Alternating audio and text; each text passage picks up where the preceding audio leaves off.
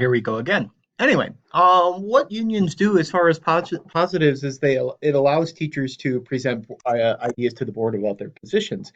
Um, and really, there are um, school boards are made of community members and administrators. And to be honest, most community members that are part of the school board really don't have any idea what goes on in a school.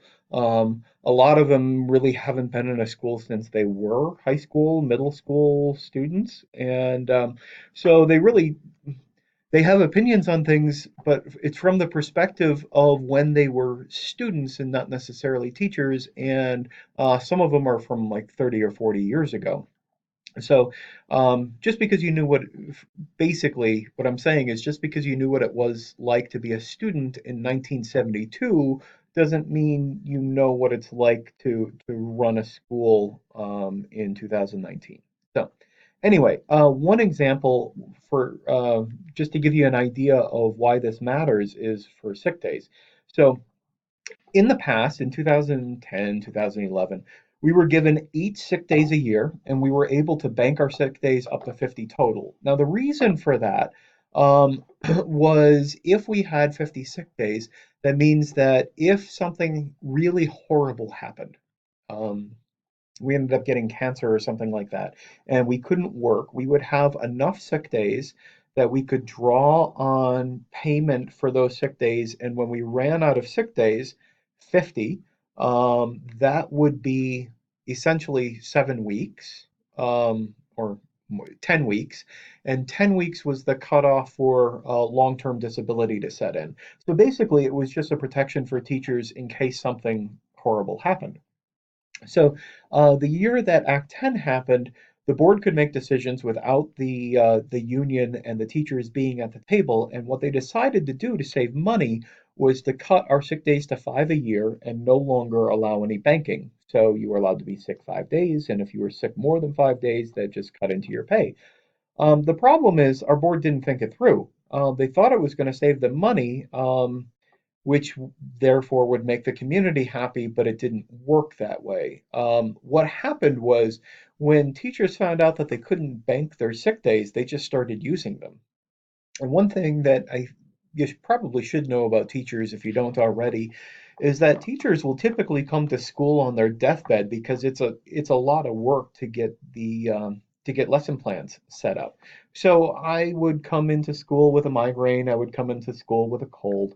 If I had the flu, like nasty, nasty flu, I would stay home. If my migraine was so bad that I couldn't drive to work, couldn't see to drive, then I wouldn't come in. But if I had a nasty headache, I showed up because it was more work to miss, and I knew I could bank my sick days. Um, well, that didn't happen then. When you know you can't bank your sick days, if I ended up having a headache, I would just call in sick because there was a reason. And it was still valid. It was still a valid reason why I would call in sick because I was. But what happened was that first semester, um, they lost a bunch of money because suddenly they had to pay for way more subs, numerous times the typical amount for subs, just because teachers were actually taking the sick days that were allotted to them. Um, Other things that unions do that I think are really positive is we sponsored local scholarships for our students. We had fundraisers every year for our students to send them to college. They also offer legal counsel, professional development opportunities. They would have special speakers come in and things like that to make us better teachers. Um, there are some things unions do that are negative, and I think you need to know about those as well. Um, a lot of times unions just maintain the status quo, and sometimes the status is not quo. There are often better and cheaper ways to educate students. Most area schools now, I forget exactly what the going number is, but most public schools have a number of right around $11,000 a year, give or take 1,000 maybe, is what it costs to educate one student for 1 year, 11 grand. Um, Sending your kid to a Christian school, for example, sending them to Unity or to Western or something like that, tuition at those schools is typically right around seven or $8,000, and so I mean you're saving quite a bit of money as far as how much it costs to educate the child. And of course, those schools also have foundations that keep tuition low. But typically, Christian schools end up educating their students for around 10% less than public schools do. So there are ways for public schools to save money, and the unions tended to kind of disregard those things. Um, they also push for tenure. Now, it's important to realize that tenure protects the teachers, it doesn't protect the students, and there admittedly are some really crappy teachers. I worked with some of them. You will too. It's also important to remember that the schools are the ones who grant tenure, even though the unions kind of push for it and advise. It's really not the unions aren't allowed to give tenure. It's the schools that do that. Unions are expensive for teachers too. It costs money to be a part of a union, regardless of what that union might be. So, overall, just the kind of details that I think you really ought to take away from this. When it really comes down to it, school needs to be about the students, right? Um, the people with the most experience and expertise in taking care of students are teachers, period. It's not the administrators, it's not the principals, it's not the superintendents, it's not the lunch ladies, it's not the maintenance staff, it's not the librarians, it's not the secretaries, even though they're really, really super important people in a school. The people who know the most about how students operate and teach them are the teachers. So unions protect teachers, they do not protect students. That's the easiest way for me to say anything about unions. Um, Killing the unions in Wisconsin and in Iowa too was done to save the state money.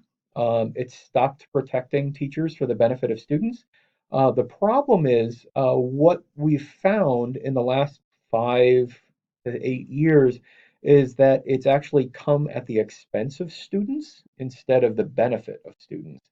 Because really what happened is Wisconsin now has fewer teachers and there's more power in the hands of administrators and school boards. So the power hasn't gone to the students, it hasn't gone to the parents, it's just shifted from the teacher to the administrators. And while good administrators are going to still take into account what teachers need, I would argue it's better to have more power in the hands of teachers than a smaller group. It's kind of like going from a democracy to an oligarchy, to be honest. Um, I also find, just personally, I find it a little weird that a Republican legislator and governor in Wisconsin for Act 10 would, in effect, argue for bigger government reach, that it's up to the government to decide what's going on in schools instead of every individual district the way it was. Just a little ironic. Okay, so since then, a couple of things that you should know. This comes from CNN. In the 5 years since Act 10 passed, by the way, this is still about 2 years old, the median salaries for teachers in the state have fallen by 2.6 and benefits have declined by 18.6%, which is a huge number. And a little over 10% of public school teachers in Wisconsin left the profession. Um, so uh, that's a downer. In Iowa, there's some similarities. Iowa passed a collective bargaining bill in 2017, the winter of 2017, so pretty much exactly 2 years ago. It was modeled on Act 10, but they haven't moved as quickly in this negative direction as Wisconsin has, mostly because I think the legislature and the governor in Iowa are far more competent. Um, similarly, it allows schools to offer more to the best teachers. And I've got an example to show you about the competition in a minute. This slide first. Competition can be really great. It can be really, really bad. It depends on how it's used. Usually it's somewhere in the middle. The conservatives are going to talk about it one way, the liberals another way. It's always smart to kind of go middle ground. Um, Go to NPR or go to Wall Street Journal. You know, those are kind of the middle ground type of perspectives. Maybe a little left leaning for NPR, a little right leaning for Wall Street Journal, but way better than like CNN and Fox News. So anyway, um, so let me give you an example. If you have unemployment rate of 13.4% in Red Oak, Iowa, and 2.4% in Orange City, Iowa, which school is going to be healthier?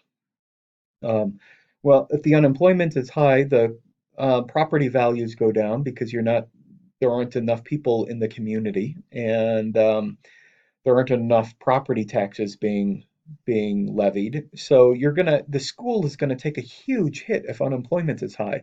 Orange City schools like MOC are much, much healthier because of how wealthy this area is.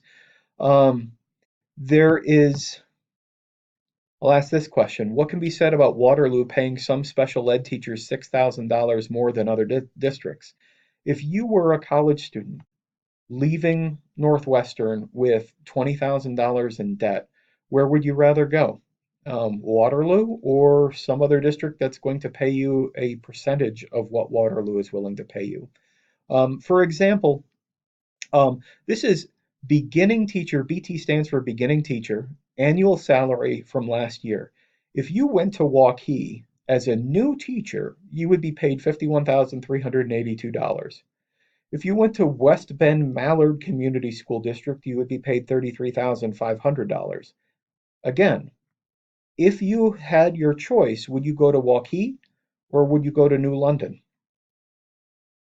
Um, and if you take a look at this, you'll realize pretty quickly that these are um, big cities, and these are very, very small cities, small towns.